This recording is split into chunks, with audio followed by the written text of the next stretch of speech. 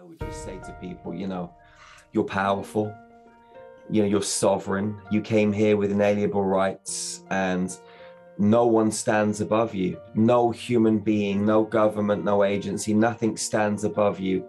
Everything in this world is given its power by you, the human being, the soul. You can claim that power back at any given moment.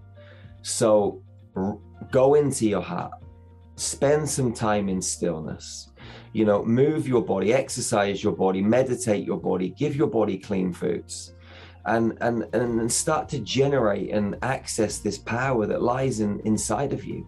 It's in all of us. It's an infinite supply. It's not limited.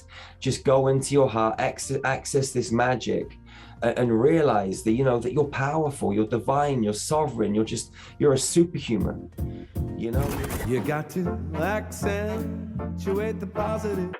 Wow, I feel good. A little bit of feel good goes a long way. You're listening to Karen Swain, teacher of deliberate creation, accentuating the positive, showing you a way to a better life. Accentuating the positive, it's not just fad, it's sanity. Who in their right mind would accentuate anything else? If you feel like that's what you want to do. Hello and welcome to another show, Accentuating the Positive with Karen Swain. As always, amazing to be with you all again tonight, today, whenever you're listening to it. Tonight for me at the moment, early morning in the UK for the fabulous Jerry Sargeant. Welcome to the show, Jerry. Thank you for having me, sister. Thank you for bringing me on. I just want to say to people, if you ever have the blessing of getting an email from Jerry, he starts off with, "You're amazing." It's the first thing he says in the email. And before you read anything, you're feeling amazing. I loved it. Let me tell people that don't know about Jerry a little bit of your story. Incredible, incredible story. We're going to go into it. Jerry Sargeant had no plans to be a healer in his younger years, but after being a drug addict, which led to a life of crime and mixing with some of the world's worst and dangerous criminals, he knows about setting yourself free from trauma. Jerry understands transformation at the deepest level. After a trip to Alpha Centauri, time spent with the angels in the mystery schools and in higher realms, and living a life fit for a Hollywood movie, Jerry's lives where love and compassion are at the heart of his world. He is the founder of Star Magic Healing, a powerful consciousness technology for transformation, healing, and manifestation. He's also a motivational speaker and healer renowned for creating rapid shifts within people, transforming their lives on a mental, physical, and emotional and spiritual planes. Jerry has trained thousands of souls in more than 35 countries and is on a mission to assist every human he encounters to realize their full potential and become a superhuman by training you in Star Magic. You can learn more about Star Magic Healing at starmagichealing.com. So let's hear about where this began. You obviously have explored all that life has to offer, both positive and negative, and you're exploring and diving through density in your early years, yeah? Absolutely. It's been an interesting ride, as you said, loads of kids turn to drugs and stuff, so it's kind of nothing new. But I was heavily into drugs, alcohol, and like in England, the rave scene was really rife, like back in early 90s, all the way through the 90s, like ecstasy and whistles and just parties and fields and all that stuff. So I kind of like fell into all of that. I played a lot of sports as a kid, but when I was about 14, I got banned from playing rugby, and it was like a massive part of my life. I played it since I was 6, and like getting banned from that sport, like I was like, what am I going to do? I did play other sports and stuff, but I'd given them all up to play rugby. I had to kind of focus on one. And that's when I kind of really got into the drink and the drugs, and my life spiraled out of control. And it didn't really stop like for quite a while. I ended up going to Tenerife in the Canary Islands in my late teens. And, the plan was to kind of like get away from England and, you know, find like a better crowd to hang around with, and, you know, just get away from the stuff that was going on in England. But I ended up jumping out of the frying pan and into the fire, and you know, there was more drugs and criminals, and I don't know, I was exposed to a whole different world, and yeah, it kind of sucked me up. And to be honest with you, at the time I loved it because I was young and all I wanted to do was party and make money and all these things. So I was like, you know, I've fallen on my feet. This is brilliant, you know. But you know, I did work for some pretty crazy people, and you know, if you did things wrong, they'd come and beat the shit out of you, you know. So I you know, they'd beat you up, make you mop your own blood up, and then go back and do whatever it was you had to do. So it was a different way of kind of living, and it taught me like how not to treat people, you know. And at the same time, it was it kind of conditioned me as well to be an angry human being, because everyone around me was angry, you know. And I was an angry kid anyway. I mean, I was kind of fostered, adopted as a kid. I was raped as a baby. So I kind of grew up really angry, you know. Anger, rejection, all that stuff was inside of me. So getting involved with this mob, I mean, it kind of just exacerbated all of that stuff. And I became even more angry and just like a loose cannon, really, you know. And yeah, I was in that world for several years, and ended up moving back to England with my wife and my daughter. I actually had to smuggle them back into England because my wife was Romanian. She didn't have a passport. She left Romania illegally. So we ended up having our daughter Alea in Tenerife, and I couldn't get either of them a passport. So smuggled them back into England, and then got married. And then we went back to Romania, and we went to Romania my first time. She went back to Romania to get a passport and all this sort of stuff. And we ended up in a car accident. We're traveling from a place called Piatra, where my ex-wife, her parents lived, and her family. And we're driving back down to Bucharest airport. And I was asleep in the passenger seat of a taxi. And I just woke up, and there was a loud crash, and there's glass, there's wind, and the car's swaying from side to side. And I remember thinking to myself, man, we're in a bad accident. We're going to hit the oncoming traffic, or the car's going to flip. This is crazy. This is what was going through my head. And then all of a sudden we came to a grinding halt on the road. And I looked at the taxi driver, you know, he looked petrified. I looked in front of me. There's no cars on the road. There's no nothing. There's a hole in the windscreen. I look in the back, and our daughter Alea, she's under the driver's seat. Laura's got Josh in her arms, our son. Their mouths are full of glass, and there's blood running down my face. And it wasn't my blood. I wasn't bleeding, but my face was a bit sore. And I thought, this is really weird, you know, like, where did the hole come from? Like, what happened? So I got out of the car. I looked about 30 meters back up the road, and I saw two ladies lying on the side of the road. I looked about maybe another 100 or so meters up the road, and there was what looked like a dead body. And what had happened, 3 ladies were crossing the road in the morning. First one came through the windscreen, smacked me in the face whilst I was asleep. She got flipped up over the car and died. Second one had her ankles cut off, and the third one was physically okay. And I walked up to the 2 ladies that were on the side of the road, and a man had come out from a nearby factory. He was on the phone, and there's nothing I could do. I mean, she's there. She's got no ankles. The other one's crying her eyes out. And for some reason, I was fixated on this dead body. Well, what I thought was a dead body. I didn't know it was until I got there, but I walked up the road. I got closer and closer, realized it was a dead body. And I got within about 10 meters, and I saw this like stuff, this energy just kind of like hovering in the empty space. And I didn't even know what a soul was at the time, you know. I'd never seen anything like this. I was kind of, you know, very 3D. So I'm shaking my head like, you know, come on, get out of my head, get out of my head, but it wouldn't go.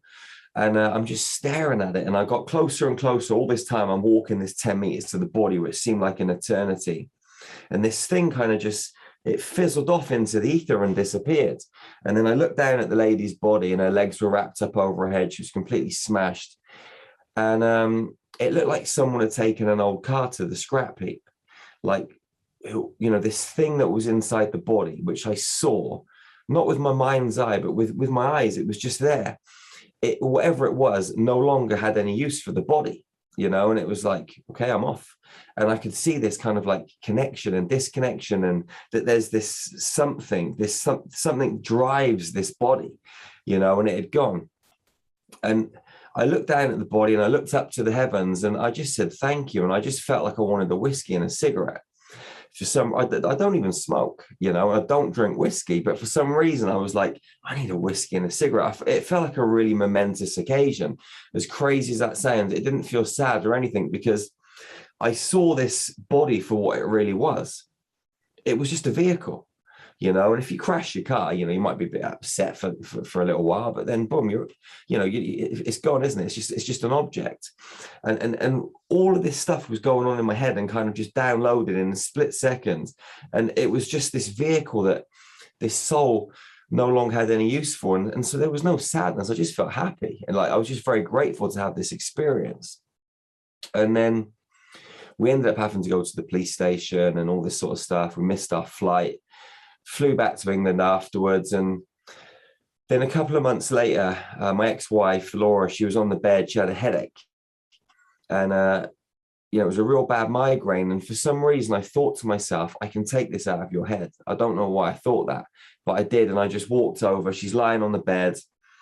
And I saw it. It was green. And I kind of reached over, like reached in and pulled it out. And I was like, just pulled it out of her head. And it just felt really natural. And she got up off the bed like she didn't have a headache. And I was like, that's a bit weird. But I kind of just carried on doing what I was doing. Around this sort of time, I ended up meeting my first spiritual teacher. And she worked for Scotland Yard in the psychic division. So she taught me how to remote view, how to bring my light out of my body and travel, all this sort of stuff. And how I ended up bumping into her was, I was sat watching TV one night. That's how long ago. This is like 2005. I mean, I've not had a TV since I think 2008. And if anyone's got a TV, smash it, throw it away. It's the best thing you can do with it. And so I'm watching TV one night, and Laura comes downstairs and she looks petrified. And I looked up and I said, what's the matter? She said, every time I close my eyes, I kind of see all these dark images and I hear all these dark voices, and it feels like something's trying to take me away. And she said, for the last few days, I've been pushing the pushchair down the road with a layer in, and it feels like someone is trying to make me push the pushchair into the road. And I thought, this sounds a bit weird, man, but I looked at her and I said, well, what do you want to do about it, And she said, I need to phone my friend who's a priest. So this priest comes around the house. She's putting crosses up. She's dousing the house and all this stuff. And I'm sat there thinking, man, this is like something out of the poltergeist or something. This is crazy. So anyway, she calms Laura down. Laura goes to bed. And I just, I go to bed a bit later. And then the next day I go and see my mate. And I said, listen, this weird thing happened in our house last night. I said, Laura was really scared, blah, blah, blah. I told her the story. He said, you got to phone this lady. You got to speak to this lady. So he gave me her name and a telephone number, and I phoned her up and she didn't answer. She phoned me back a little bit later and she said, what's going on? I said, well, blah, blah, blah. I told her the story. She said, where do you live? And I said, 316 Richmond Road. And that's the only bit of the address I gave her. She said, hold on a minute. And the phone went quiet. And then she said, have you been knocking some walls down in the house? I said, well, actually, we've just moved into this house and it's rented accommodation, but the previous owner has clearly built an extension. She said, yeah, you've got an angry old man in your house. I'm thinking, what is going on? This is weird. So I said, okay, let's say there's an angry old man in the house. Okay, what are we going to do about it? She said, oh, I'll get rid of him for you. I said, brilliant. When are you coming down to London? She lived like the other side of the country. She said, oh, I don't need to do that. I can do it from here. So I'm thinking, what is going on, man? Like, we've got this angry old man in the house. You're going to get rid of him from there. I said, okay. So we parted company on the telephone. I went home, I spoke to Laura and I said, listen, I had this conversation with this lady about what happened last night. I said, I know I didn't tell you, but, chain of events led me to her. And this lady reckons there's an angry old man in the house. And Laura turned around and said, yeah, I know, I've seen him. So I thought, right, you're telling me there's an angry old man in the house. this lady who I've never met before, who's never been to our house, is telling me there's an angry old man in the house. There must be some kind of truth to it. So I phoned her back up and I said, listen, I don't know what you do, but I need to come and see you. Because I'm one of those people that when I get like a bee in my bonnet, or I discover something, I need to know everything about it. So I booked an appointment, went up and had this kind of like past life regression treatment. Went into a past life and I was blown away by it. So I ended up going up there like 2 or 3 times a week for a few years, went into hundreds of past lives, and she taught me so much stuff. And, you know, all of this happened around the same sort of time as the car crash. So, you know, my whole life kind of like just took a jump start, you know. The other thing that was happening around this time is I was doing a lot of kind of like white collar crime. So I was stealing a lot of money from banks, like cleverly, not going in with a gun or anything like that, but by electronically. And we had so much money. And what I started doing is giving it to charities anonymously, and we built water pipelines in Africa and schools and different things, and the letters were coming back from these people saying, you know, thank you so much, this is what we've done with the money. And this started to change me when I started to realize what it was like to actually give to someone instead of just being like an ego maniac that wanted Rolex watches and fast cars and houses and to eat in designer restaurants and all this sort of stuff. All of these things like sort of like compounded together, you know, meeting this lady, having the car crash, you know, helping these people out. It started to change me on a really deep level. And then a little while later, we moved to New Zealand, and a friend of mine had a car crash, and she, you know, her partner phoned up and said, you know, Jerry, can you help? And I was like, well, how am I going to help? I'm in New Zealand, you know, she's in Bristol in Frenchay Hospital. And this is what my ego was saying to me. But my intuition was saying, just go and lie on the bed. Now, her partner had said that the doctors had told her that she might not ever walk again.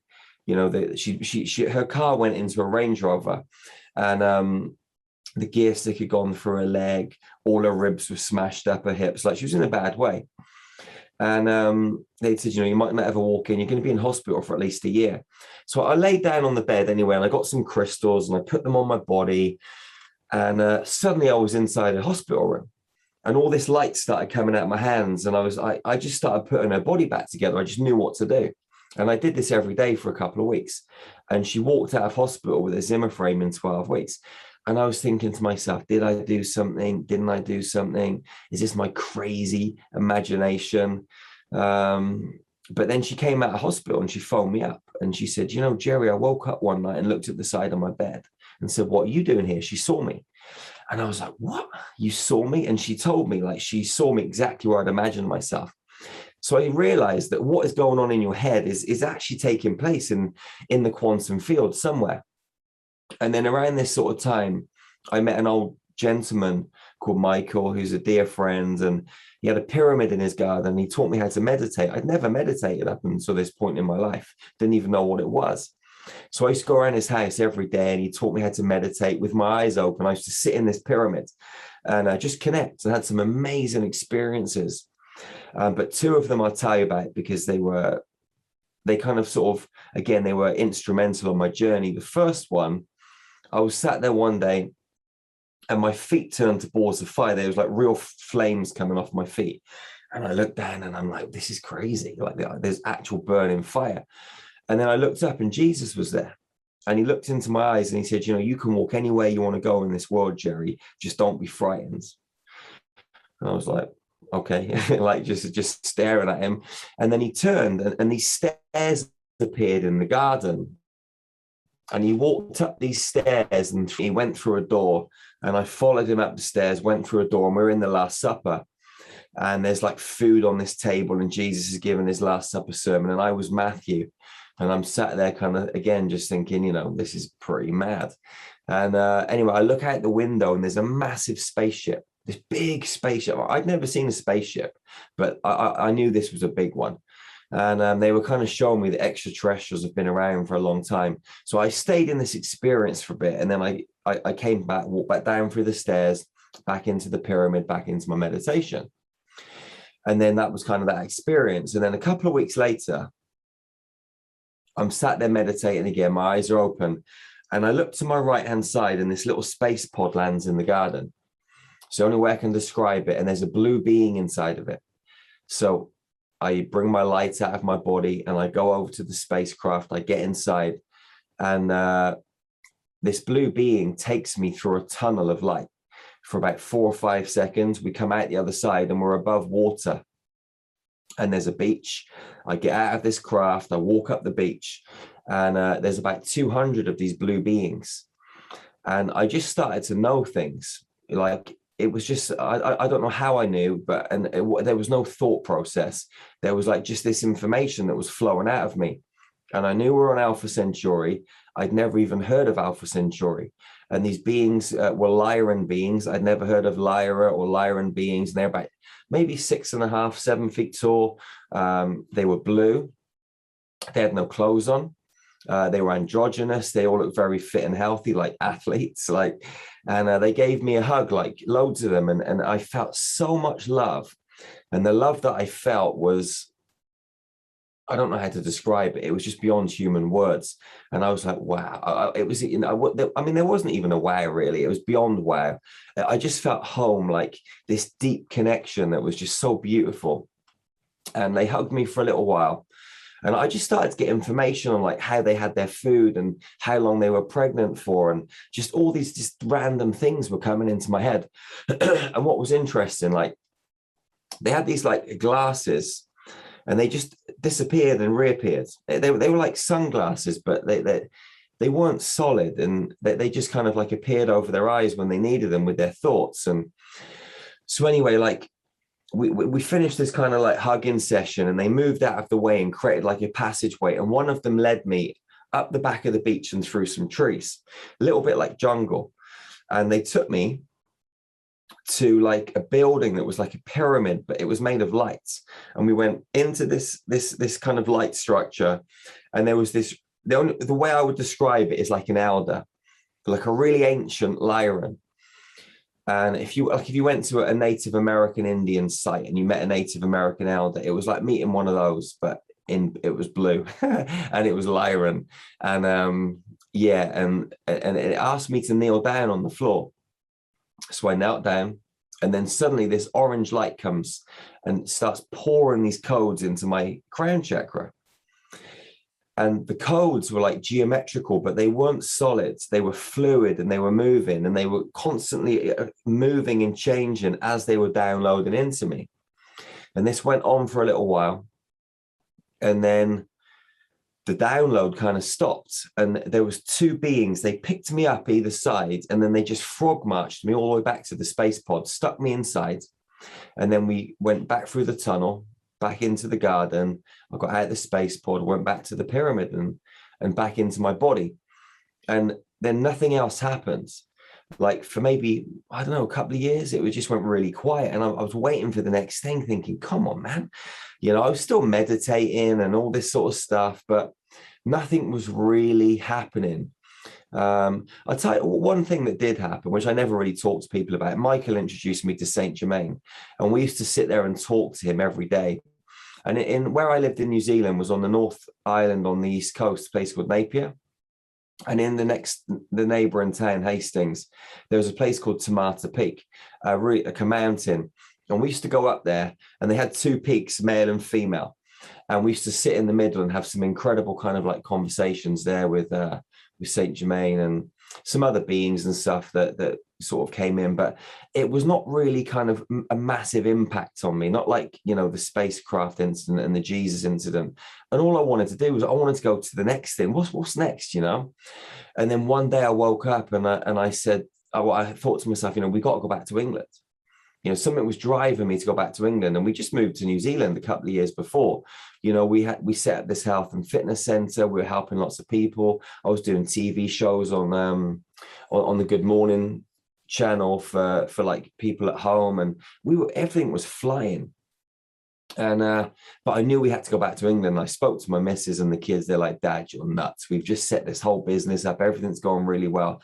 I said, I don't know why. We got to go back. And they're like, no, we're not doing it. So anyway, I just pestered them for a few weeks. And in the end, they said, right, okay, let's do it. So we put a manager in charge at the gym, we packed up our house, and we jumped on a plane and went back to England.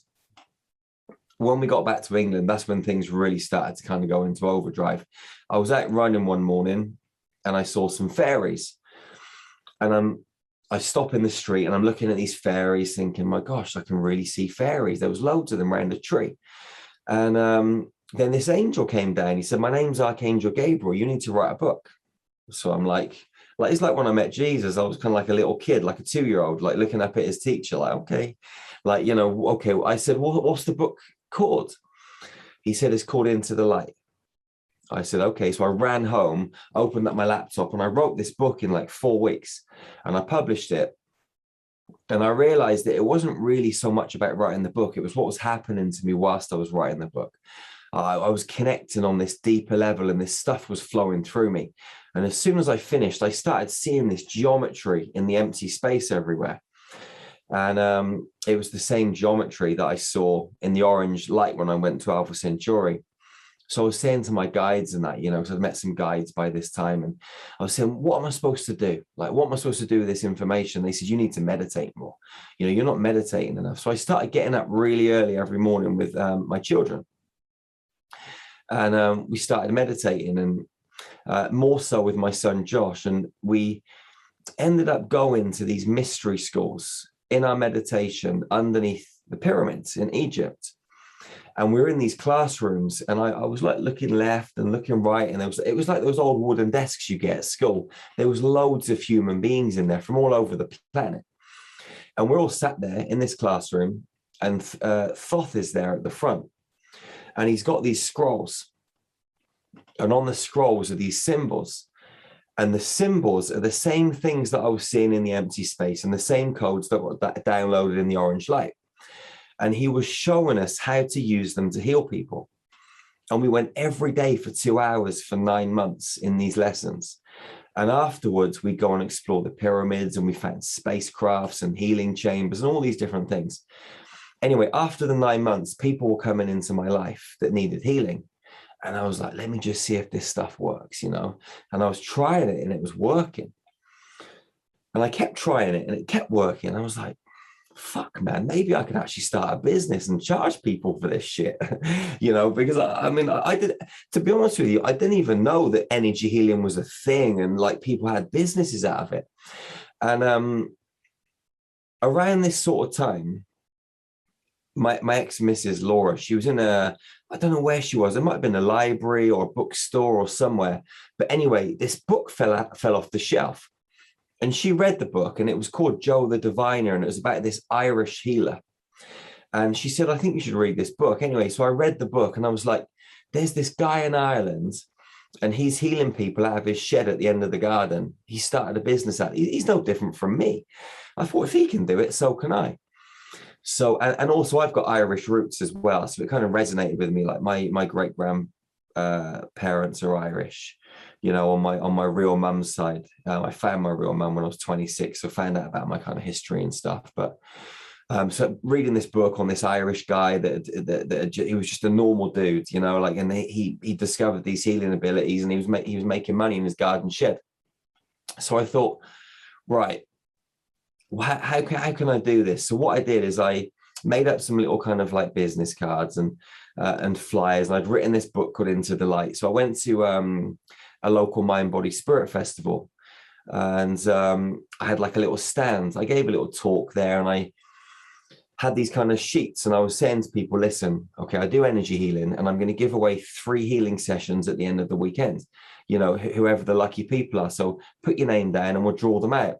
Anyway, about 70 people wrote their names down, and I basically phoned them all up and said, you'd won, because I wanted to practice. So I had like 70 people to practice on. So I was loving it. I was like, every day I was doing healings and practicing, and people were getting good results. They introduced me to some friends, and it kind of started to pick up. And I phoned these people up, and I said, listen, you know, you've got some amazing results. You know, would you do like a video testimonial for me? So they said, yeah. So I started collecting these video testimonials, and then just created a website, and Star Magic was born. And when I was in these mystery schools, they showed us different symbols. And one of them meant healing magic. And because I'd been to the stars, you know, that's where the star part came from. So we called it star magic. So we started star magic. Then I was told to write a book on star magic by the same blue liar, and his name's Derek White, and he visits me all the time now. He told me to write a book called Star Magic Heal the Universe, which has since been republished as Healing with Light Frequencies, the Transformative Power of Star Magic. But that's basically all about star magic. So I wrote it, and then I was meditating one day up on a hill, and he came to see me again, and the whole town that I was looking at, it disappeared. And all of these orange lights appeared around the Christ consciousness grid of the planet. And he said, you see those orange lights, they're healing centers, you've got to build them. I was like, well, if I build them, who's going to run them? He said, you need to start training people. I said, okay. So I ran home again and just opened up my laptop and designed this training program. And I put it up online for the following February. And people just came from all over the world. Some people came from Australia, from America, from Dubai, Egypt, all over Europe, England, Ireland, Scotland, Wales. And I remember the first day, you know, just turning up, and I was stood there and I said to everyone, I don't know what the fuck you're all doing here. You know, I said, why are you all here? Like, you've turned up because, you know, for this training thing, you know, and I just couldn't believe it, you know, and I knew that, you know, this is the right thing that I'm supposed to be doing, but I'd never trained anyone in anything really. And so to come and train people in energy healing, you know, something that was kind of pretty new to me. I've been doing it for maybe 2 years, even though I'd had the healing experiences many, many years before. Only star magic had only been like 2 years, you know, if that, maybe 18 months.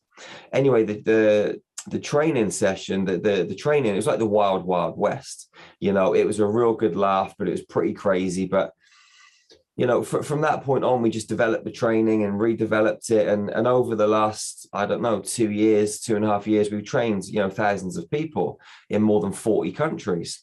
We've taken them through level 1, level 2, level 3 training. And we've bought land. We're in the process at the moment of actually designing the first healing center. We're going to break ground around March 2023. It'll be finished at the end of 2023. We're going to have our first healing center in Transylvania. We've bought land in Madeira. You know, we've got investors that are talking to us, and everything that this blue being Derequai has told me to do, it's all happening. You know, and I've not really had to kind of like try. I mean, I've had to put a lot of effort in, but all I've had to do is really just kind of follow the instructions. And so I just feel like I'm on my divine mission now. And all of my old stuff, it's fallen by the wayside. And, you know, it's been a kind of a gradual journey, because my ego really fought tooth and nail to hold on to my past. You know, I had to get rid of a lot of friends and, you know, people that I used to work with and hang around with, and start a whole new life. And yeah, I mean, now we travel the world and just train people, and it's just amazing. It's an incredible story. It's just amazing. And I've got so many questions and so many things to say. How long ago did you start training people? 2.5 years ago? I think we did our first training session in like 2017 or 2018. Okay. Yeah, it might be 3 years ago, I reckon. 3 years ago, we started training people, yeah. You know, the light centers all around the world. I've had that vision. I had that vision years ago. And I really believe that what you're downloading and what you're bringing, not just you, but many people across the world, will become like essential learning for every being that's left on the planet in years to come. It has to be essential understanding. You know, I've had this vision of universities full of energy healing techniques and channeling and psychic ability. And yeah, I mean, it seems like maybe woo-woo to the mainstream mind. But something I heard you say on Michael Jaco's show, I was just saying to Jerry before that I have watched his show with Michael about 3 or 4 times. I just loved it. And he said pretty much everything you said on Michael's show. Well, you know, your story anyway, you've just repeated it here. So thank you for that. I can't remember what I was going to say. Anyway, what I want to ask you is, why did you feel you had to go to New Zealand and then move back again? Do you think that getting away from your past and the energy of who you were and starting anew sort of opened you up to receive this? No, yeah, there's a story behind that, like why we ended up in New Zealand. So like when I first like discovered this kind of stuff, like this kind of spiritual side of life, you know, me and my friends, we were so curious about it. We were living in London, and a friend of mine, he found a talk that was taking place like that evening down in a place called Basingstoke, just outside of London. And it was on 2012 and the changes and the Mayan calendar and all this sort of stuff. So we were like, right, let's go down there and see what it's all about. So me and my two mates, we went down to this talk. We went into this little old dated bungalow.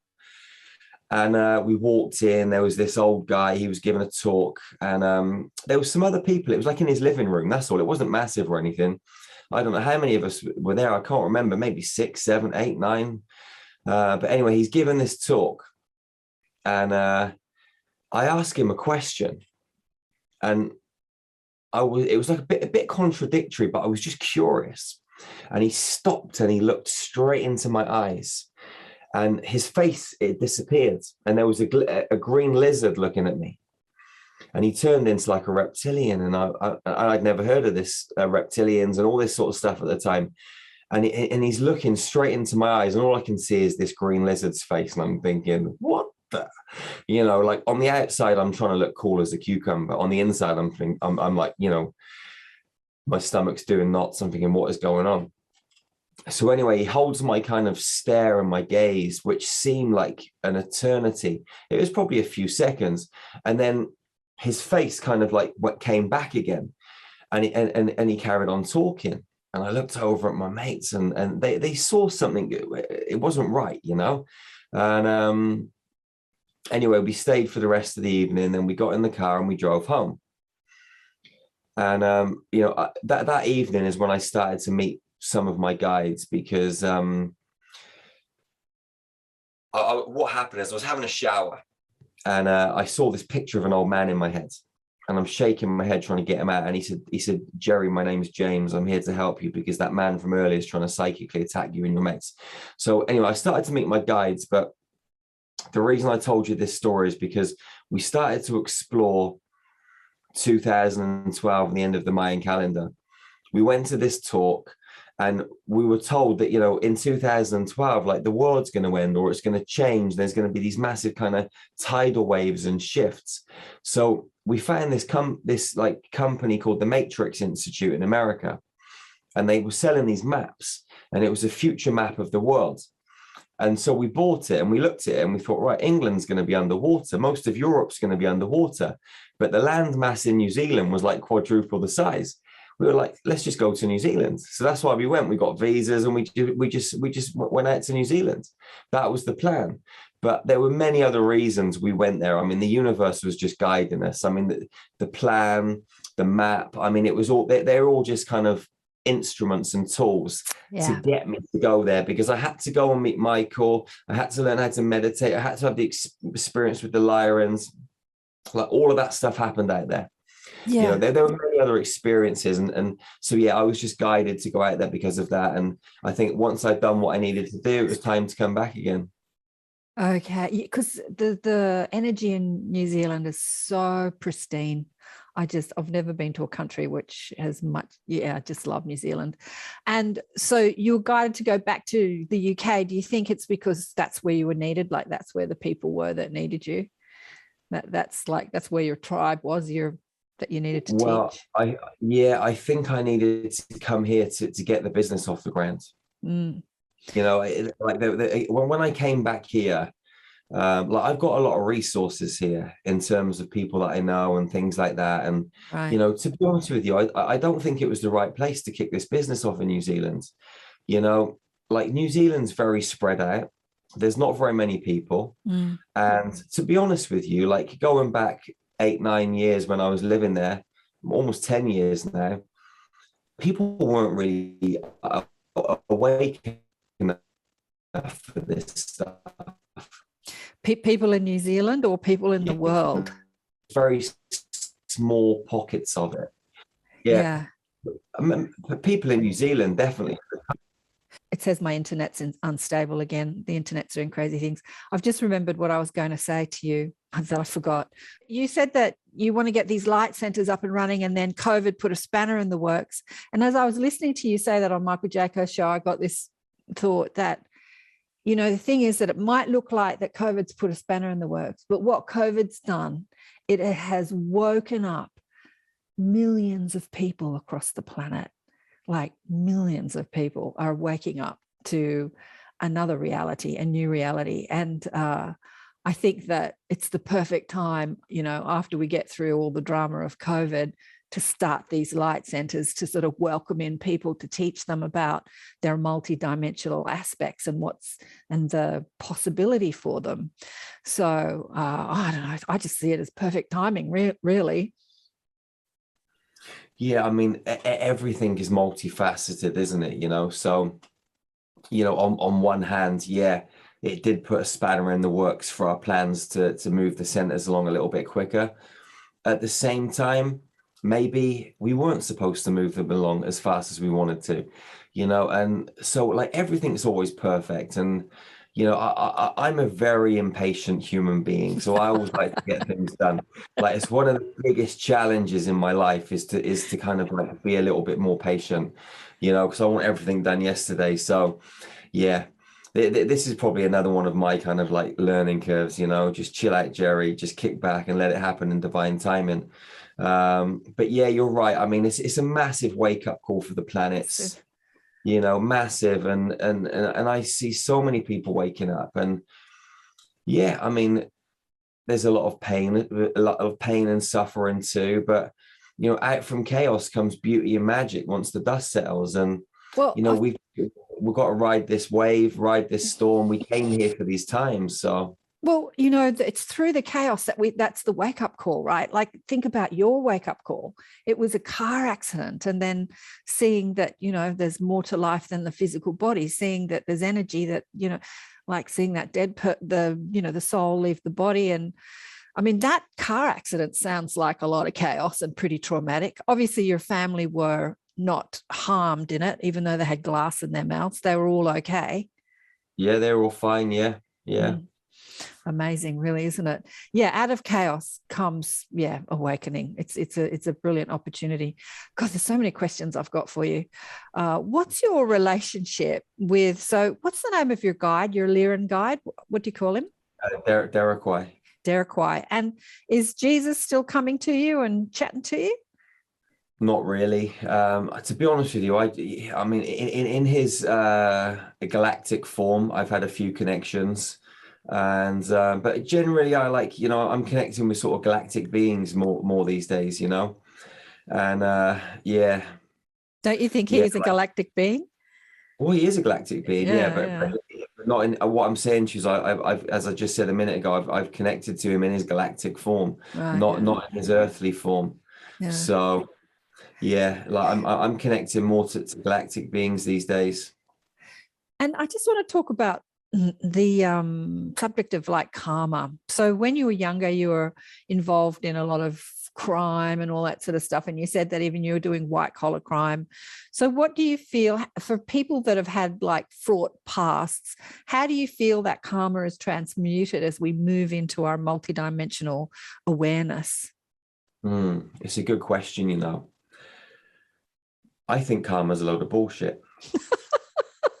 You know, I'll be totally frank and honest with you. Like from what I've experienced in healing,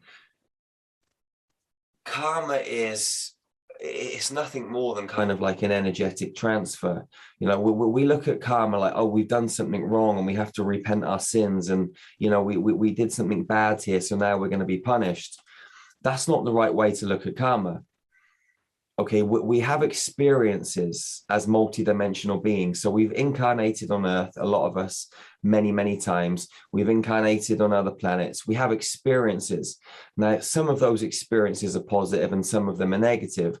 And some of the actions that we take are positive and negative.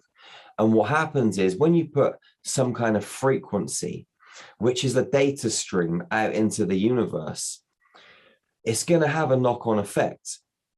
Now, that knock-on effect at some point is going to bounce back through your reality, because everything is interconnected, so you can't escape it. So it's not like you've done something bad, but you're just putting out a data stream, and it carries a frequency, it carries an energy. And at some point, whether it's in a year's time, whether it's in 10 years' time, it's going to flow back through your reality.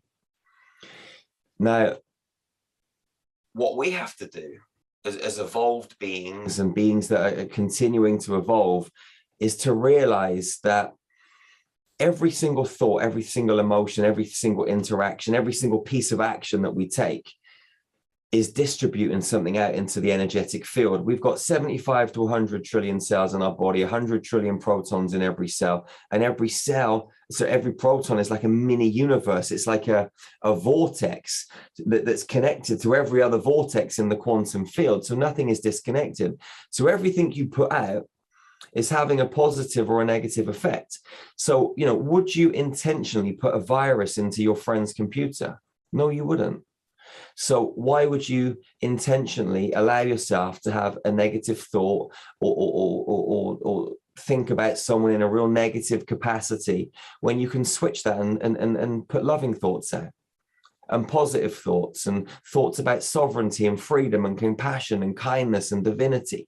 Why would you do that? Why would you not do that and put something, you know, disruptive and detrimental and destructive out into the field? And as we kind of move through this kind of ascension process, which isn't really us going anywhere, it's really us just raising our vibration and becoming more highly evolved beings, so we can communicate telepathically, you know, start to feed off sunlight, you know, completely change the way that we are and behave in this world. And a byproduct of that is thinking correctly, feeling correctly, and simply by just doing that and making that choice right here, right now, in that moment, you completely eradicate karma, because you're changing the frequency in a split second. And you know, the way that we heal people, like we'll facilitate the healing, we'll go in and we'll change the data streams in someone's biological computer from an earlier childhood experience in this reality, or a past life or a future life experience in the quantum field, which is all parallel in the now. But at the same time, for a highly evolved conscious being that truly understands the way the universe works, you don't even need to go down that road. You can make a simple choice right now. And that power of choice, the way you execute that choice and decide, and the energy that you put forward with that choice can completely shift parallel universes in a heartbeat. So, you know, yeah, does that answer your question? Darling, you are answering every question that I had without me asking the questions. I've got a couple of questions, having watched you on Michael's show, that you've already answered because you're totally tapped into what I wanted to ask. You're just answering them. You're just answering them. Yeah, it answers the question. It's brilliant. Exactly. So one of the questions that arose during that talk, during what you were just saying, was, do you think it's necessary to go back into past lives in order to shift stuff? And you've already answered it. It's like, you don't even need to do that. You can just like do it in the now. Yeah.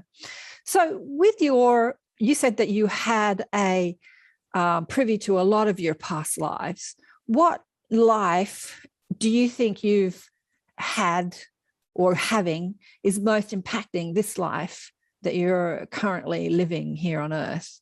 Is it your galactic life? Is it a future life on Earth? Is it a past life on Earth? Is it a life on another planet in another star system? Or all of them? I mean, it's such a really good question. No one's ever asked me this question. Oh man, like I could answer this in so many ways. Like, I've been into a lot of my past lives. I've been into a lot of my future lives. You know, something I did when I had my first kind of teacher. So I experienced it, you know, many aspects of reality that I've been involved in. Now, in my last incarnation, I was a German soldier, and I shot one of my comrades dead because he wanted to kill one of the enemies, and I wouldn't let it happen. In my life before that, I was 1912. I was a devil worshipper, a lot of black magic, occult stuff. 1864. 1864, 1865, I killed my wife, the same soul as my ex-wife in this reality, funnily enough.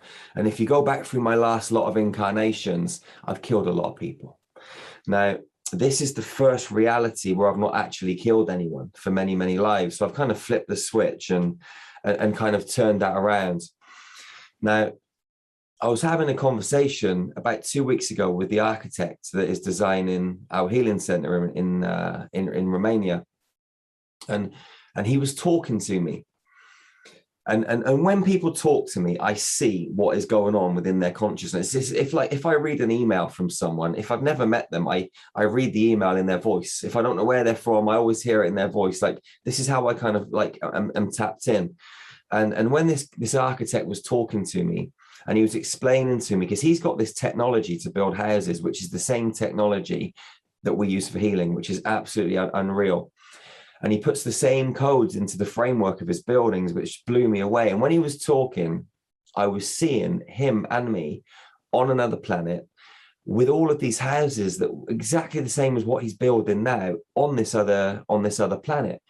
And so, like, what I've realized, is, I came here from another planet to actually share these healing frequencies with our fellow sisters and brothers of Earth, and to help them ignite their own divine sparks within them to step into their power, not to teach them anything, not to be a guru. Fuck all that shit. I don't, the teachers, gurus, anyone that's hierarchical, I'm not into all that stuff. I'm literally here as a catalyst to help people remember.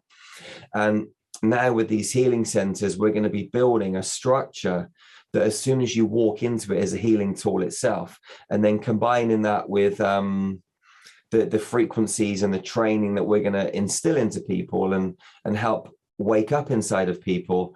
This is what I came here to do. I've done this on other planets before, with my soul sisters and soul brothers that are here on Earth with me right now. This is nothing new.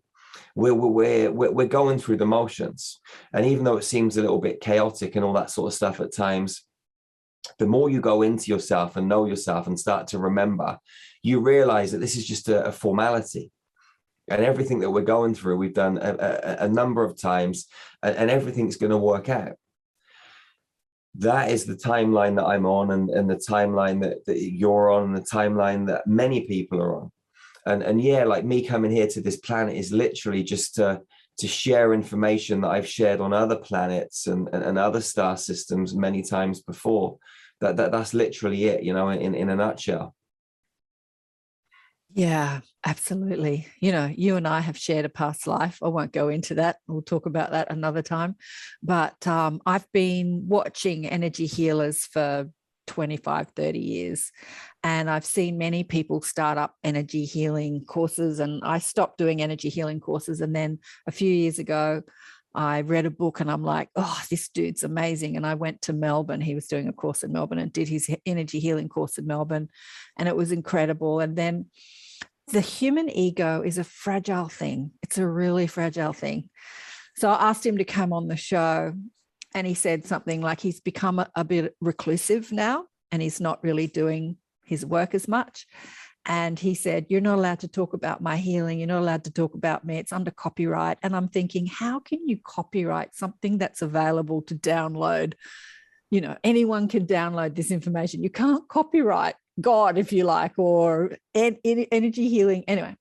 And then when I saw you speaking at the Higher Self Expo, because I was one of the co-hosts for the Higher Self Expo, I knew you were bringing that same frequency, or even probably beyond that frequency. And I was so excited. I was like, yes, yes.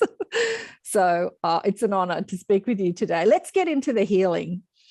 What do you want to tell people about healing? I want, what we're looking at on planet Earth is healing, because we're talking about sickness all the time. Like, the whole world is thinking about healing or getting sick, or being, not getting sick, and taking some allopathic remedy to stop them from getting sick. So it's a huge global focus at the moment. It's like massive. What do you want to tell people about healing? Well, I mean, if you talk about allopathic medicine and you talk about big pharma and you talk about the whole kind of like you know, matrix and structure that's in place. You know, we've been conditioned to not self-heal since the moment we incarnated onto this planet. And what I say to people, I'm not a healer. Yeah, I'm not a healer. All I do is facilitate the process so you can self-heal. And this is the thing. Every human being on this planet has the ability to self-heal. All they've got to do is be still enough to tap the frequency. And there are many different ways that you can help people tap that frequency. I mean, meditation's one, breath work is another.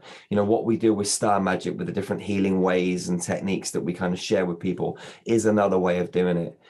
And what we've got to do is help people realize that they don't need anything foreign put into their bodies. Their bodies are everything. Our bodies are one gigantic pharmaceutical like factory, and each human being, their consciousness, their soul, their energy is the CEO of that pharmaceutical factory. And all they've got to do is know how to amplify those chemicals. You know, and you can do that through breath, you can do that through meditation, you can do that through different kind of like visualization techniques. There's many different ways, you know. And I mean, what I would say is you got to go within. I mean, this is the thing. Everybody's looking to the outside world for fixes and remedies and potions, but you've got it all inside. You've just got to be brave enough to take that journey. You've got to be brave enough to go into unknown territory, because most people want to be fixed. Most people want a crutch. Most people want a wheelchair. Most people want a pill. Most people want someone to come and save them. Most people want to be rescued. And, you know, the one thing that is really important right now here on planet Earth is that every soul knows that no one's coming to rescue them. And you can't rescue anyone. I can't rescue anyone. Donald T, he's not coming to rescue anyone. There are no Galactics coming to rescue us. No one is coming to rescue us. That is final. What we have to do is step up and reclaim our divine sovereignty and realize that we are galactic beings in these physical bodies, and we're in a spiritual war. And we can make some very potent, simple choices that can take us into our heart to unlock so much magic, so much mystery, so much beauty and energy, and just a power beyond our recognition. And if we're brave enough to dive into the depths of our soul and mine this data and mine this information, our external world is going to reveal so many things to us, because it's going to mirror back to us what we truly are on the inside, and that is love. And love is the medicine that can cure everything. It can cure every disease. It can cure every illness, every injury. It can cure absolutely everything. I'm hearing you. I won't upload the whole of this conversation to YouTube, because YouTube won't let us have this sort of conversation. I'll upload most of it, and then I'll put the rest of the conversation on another platform and let you know.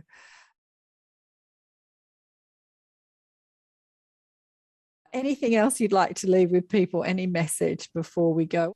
I mean, I would just say to people, you know, you're powerful, you know, you're sovereign. You came here with inalienable rights, and no one stands above you. No human being, no government, no agency, nothing stands above you. Everything in this world is given its power by you, the human being, the soul. You can claim that power back at any given moment. So go into your heart, spend some time in stillness, you know, move your body, exercise your body, meditate your body, give your body clean foods.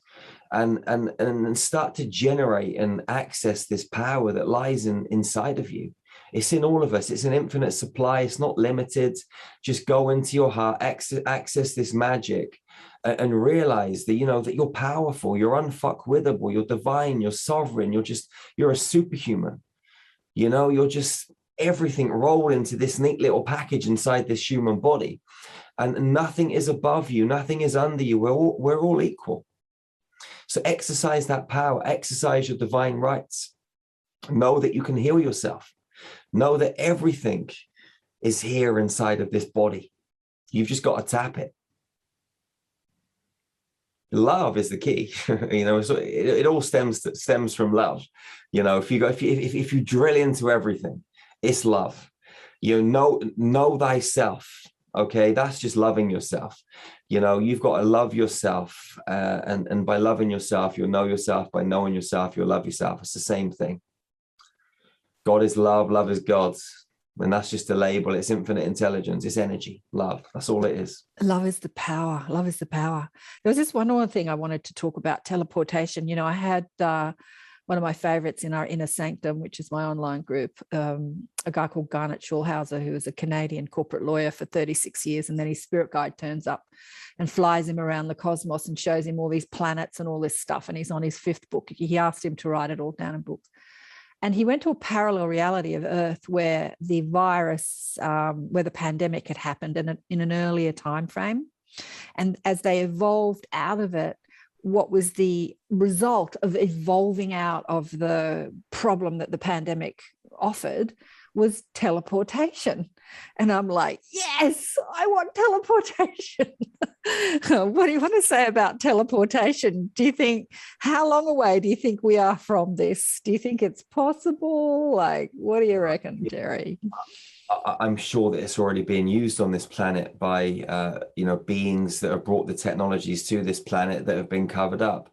There's stargates on this planet. There are portals on this planet, and people can portal from one planet to another, from one star to another. We just haven't been given access to this technology.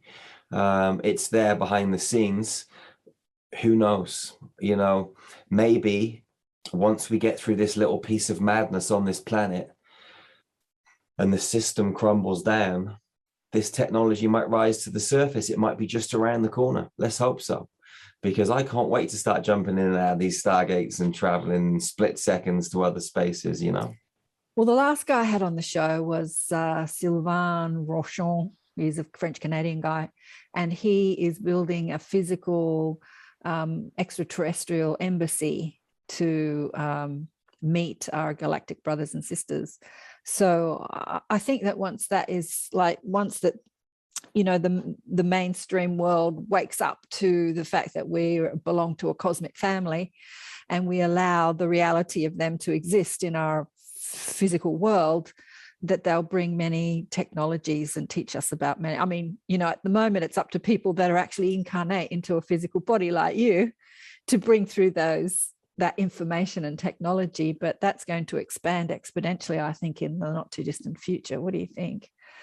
Absolutely. I mean, I truly feel that the healing centers that we're going to be building, they're going to act as an anchor to bring these extraterrestrial frequencies through on a grand level to help expand consciousness really quickly. And once we've got these spaces up and running, these beings visit us already, right, but they're going to have somewhere where they can come and feel at home and really connect. And we'll have an open door to these guys, girls, beings, beautiful galactic souls from all over the multiverse. They'll be welcome on our doorstep at any time. Right. And this is something I was talking about with Sylvain, was that their frequency is so different to ours that they kind of can't act like we have to raise our vibe. We have to create an atmosphere of frequency in order to meet them, to allow them to be in this sort of physical space, if you like. And his embassy and other healing centers will be those places as we collectively come together and shift into another, vibrational frequency that will allow them to be physically present, or, at least astrally present where we can see them or something. I don't know. It's exciting times, don't you think?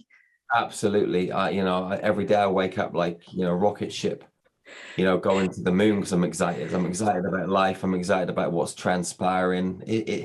It's awesome to be here right now. We're very, very blessed to be on this planet right now. Yeah. It's a divine blessing. Yeah. Well, darling one, I feel very blessed to have spoken to you today. Thank you so much for coming on the show. It's been just an honor and a pleasure. Thank you so much. Yeah. It's been an absolute pleasure from my side too. Great to connect, sister. I'm a bit speechless after that one. incredible story, and an incredible man. It's funny, I was saying to my guides the other day, I've got a very critical mind, which is always my downfall, always. That whenever I see someone online and I have a criticism or judgment about them, like, they've too many tattoos, or don't like the way they speak, or, my mind, the human mind, goes into criticism. Every time I am 100% wrong. Like, I just have to remember to shut that critical mind up and just go, who cares if they've got too many tattoos and they swear too much or whatever. It's my eastern suburbs upbringing, my private school upbringing. These people have amazing things to say. So the first time I saw Jerry, I went into that criticism like, he's got too many tattoos or whatever. Just some silly judgmental criticism. And then he was one of our speakers at the Higher Self Expo, and I listened to his talk and I was just like blown away. Actually, I forgot to say that with him. The thing that really stuck with me is because when I speak to my guides and I'm before anybody doing it's a teaching or healing, what is it that they need to know? I always say to my guides, show me what they need to know. Show me. Whether I'm asking for myself or others, I'm always saying, show me. And the piece I got from Jerry was, he always says, show me what I don't know, which he said in many other interviews before. He said, I don't want you to show me something I know. I want you to show me something I don't know. And I thought about that. And I started using that as I was talking to my guides. And then I thought, no, actually, show me what I need to know is kind of, you can know stuff and you can't know stuff. So sometimes when I'm shown stuff, they do show me stuff that I do know. So it's like a memory that comes back, or a story that I've lived, or something a conversation I've had with someone on the show, and I'll be repeating it. So it is something I know, but they'll give it to me. But then there are times when they give me stuff that I don't know, that blows your mind, because that's when your mind goes into sort of a bit of chaos. It's like, I don't know this stuff. How can I be saying this stuff? That's when you're kind of channeling pure consciousness. Show me something I don't know. So give it a try. When you're asking your guides questions, or if you're working for as a healer, say both things. Say, show me what I need to know, and show me what I don't know. You could use both of them. But anyway, it's a powerful piece. It's powerful to say that, show me what I don't know, because it's the human mind. It's the consciousness aspect of us that has access to infinite intelligence, but the human mind does not always know this stuff, and it wants to judge and separate and criticize, just like my mind does. I just have to know next time I criticize somebody for having too many tattoos, or I don't like their accent or something, I have to know that I'm going to be completely wrong and to really pay attention next time I criticize someone. Oh, that's something I need to pay attention to. But yeah, as I said to Jerry during the conversation, I've met many energy healers, and I've spoken to many of them over the years. I've been doing this for a long time, been showcasing New World teachers and energy healers, or healers. And the human ego is a fragile thing. I've seen some that have, once you start getting a lot of people that want to know about you, and they kind of put you up on this pedestal as the guru or the healer, and you're going to heal me, it kind of goes to our head or their head, and they kind of get a bit crazy. I had one guy say, oh, the stuff that I'm bringing down is the best, it's better than everybody else's. It's like the father of all energy healing. And this sort of fragile human ego. But there's something about Jerry, I think that's the life that he's led, that has been so fraught with drama, both in this life and in many past lives, that has sort of beaten that ego out of him. And he absolutely knows the equality of every being, because he's not above or below anyone. He's lived the gamut of experience, both in this life and in others.